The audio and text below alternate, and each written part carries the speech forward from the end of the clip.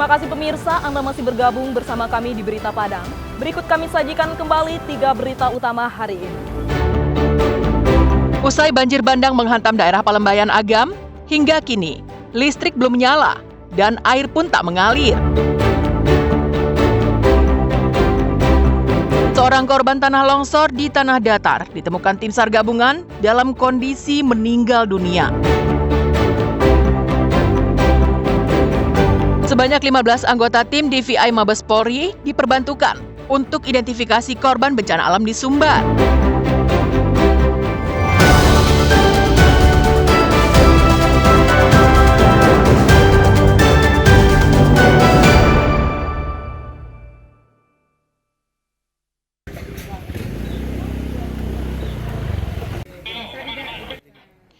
Bencana longsor dan banjir bandang yang melanda 16 kecamatan di Agam menyisakan luka mendalam bagi masyarakat.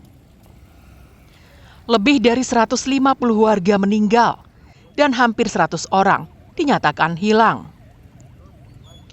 12.000 warga terdampak masih mengungsi di posko pengungsian dan rumah kerabat mereka. Kecamatan Palembayan merupakan daerah terparah di Sumatera Barat yang terdampak bencana hidrometeorologi. Wali Nagari Tigo Koto Silungkang, Kecamatan Palembayan, menyampaikan banjir bandang mengakibatkan hampir 300 rumah warga di sepanjang jalan dari Jorong Gumarang 1 hingga Tantaman dihantam longsor. Selain itu, 80 hektar sawah rusak parah dan warga yang sebagian besar petani tidak lagi bisa beraktivitas. Yang sedang terdampak itu rata-rata kalau di Silungkang sampai ke jajaran Tantaman di tepi jalan itu semua terdampak langsung kena longsor. Itu diperkirakan lebih kurang rumah 290 rumah dari ujung Jorong Gumarang 1 sampai ke Jorong Tantaman, Pak. Bu. Yang kedua, di Jorong Gumarang 2, kita itu sumber atau hulu Galodo yang menghantam Salarehaya. Bencana di Palembayan juga mengakibatkan putusnya aliran listrik dan sulitnya pasokan air bersih. Kondisi itu mengakibatkan UPTD Puskesmas Koto Alam di Salarehaya tidak beroperasi sejak awal musibah hingga saat ini. Semua korban langsung dirujuk ke Rumah Sakit Umum Daerah Agam untuk mendapatkan perawatan medis. Kesehatan kita sudah semuanya kita rujuk ke RSUD, Bu. Tapi untuk sementara di sini kita tidak bisa menerima rawatan karena kita akses airnya tidak ada, lampu juga mati, Bu. Banyak yang patah-patah, ada yang meninggal yang dibawa ke sini. Ada berapa jiwa, Bu, semuanya? Kalau yang datang di Puskesmas sebanyak 42 orang, yang dirujuk sebanyak 15 orang.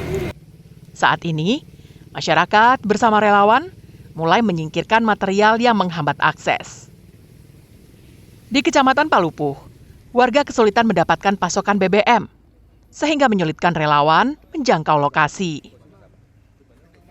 Pembukaan akses jalan ke Nagari Pagadih hingga kini masih dilakukan secara swadaya dan dengan peralatan seadanya, karena alat berat belum bisa beroperasi akibat rawan longsor. Akses jalannya sangat sulit, yaitu di Jorong di Nagari Pagadih itu BBM, Bu. Bahan bakar minyak itu seperti pertalite dan juga minyak tanah, Bu. Ini sangat dibutuhkan oleh masyarakat kita di Nagari Pagadih karena sampai saat ini belum lancar akses jalan masyarakat. Di lokasi bencana di Kecamatan Palembayan ini, masih terdapat daerah-daerah yang belum masuk dalam peta bencana. Hal itu perlu ditindaklanjuti agar dapat dilakukan mitigasi. Selain itu, listrik dan akses internet juga perlu dibenahi dengan segera, agar warga bisa beraktivitas. Semacam perbantuan upaya-upaya dalam rangka melakukan akses yang akan terhubung antara Nagari Tigo Koto Silungkang dengan Kecamatan Matu, Kecamatan Palembayan dan Kecamatan Matu. Dan juga tadi disampaikan oleh Pak Wali Nagari, akses listrik dan juga internet terputus dan mudah-mudahan ini segera dapat ditindaklanjuti dan dapat terhubung kembali minimal telekomunikasi. Berbagai bantuan terus berdatangan ke lokasi bencana. Bantuan berupa sandang dan pangan terus mengalir untuk membantu korban. Dina Amrina melaporkan dari Agam.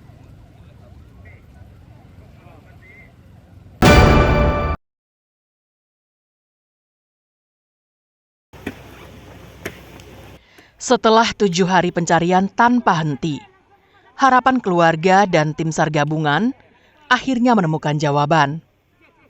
Rusdi, pria yang berusia 55 tahun, yang tertimbun material longsor sejak Kamis pekan lalu di Jorong Pincuran Tujuh, Nagari Batipuah Baruah, berhasil ditemukan pada Rabu pagi.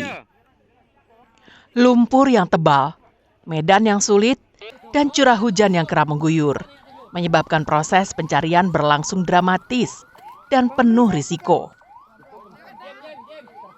Sudah ditemukan korban tertimpa longsoran yang terjadi pada hari Kamis kemarin.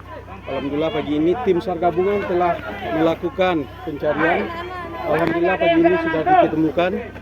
Tim lagi melakukan evakuasi. Setelah dievakuasi, korban dibawa dengan ambulans menuju Rumah Sakit Umum Daerah Padang Panjang untuk divisum. Setelah itu, korban diserahkan kepada keluarganya. Bencana yang menimpa daerah Malalo di tanah datar ini nyaris luput dari perhatian. Pasalnya, skala bencananya dianggap kecil. Namun jika dilihat dari bencananya, longsor yang terjadi di Malalo termasuk bencana alam skala besar. Selain menghancurkan sawah dan perkampungan, longsor juga menutup akses jalan darat dari 2 lokasi, sehingga warga terisolasi. Rendahnya korban jiwa di Malalo ini disebabkan warganya mengetahui saat aliran lumpur mengalir dari atas bukit menuju perkampungan. Informasi ini disampaikan warga dengan berteriak sambung menyambung, sehingga warga yang mendengarnya langsung menyelamatkan diri. Sri Purnama melaporkan dari Tanah Datar.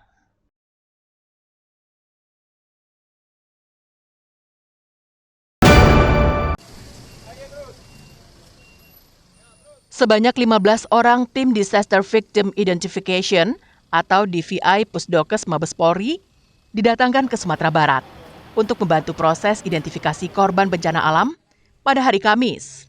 Tim DVI Mabes Polri ini akan fokus pada teknik identifikasi ilmiah, terutama melalui DNA. Hal itu dilakukan karena banyak korban yang ditemukan tanpa pakaian utuh dan sulit dikenali akibat lamanya waktu ditemukan.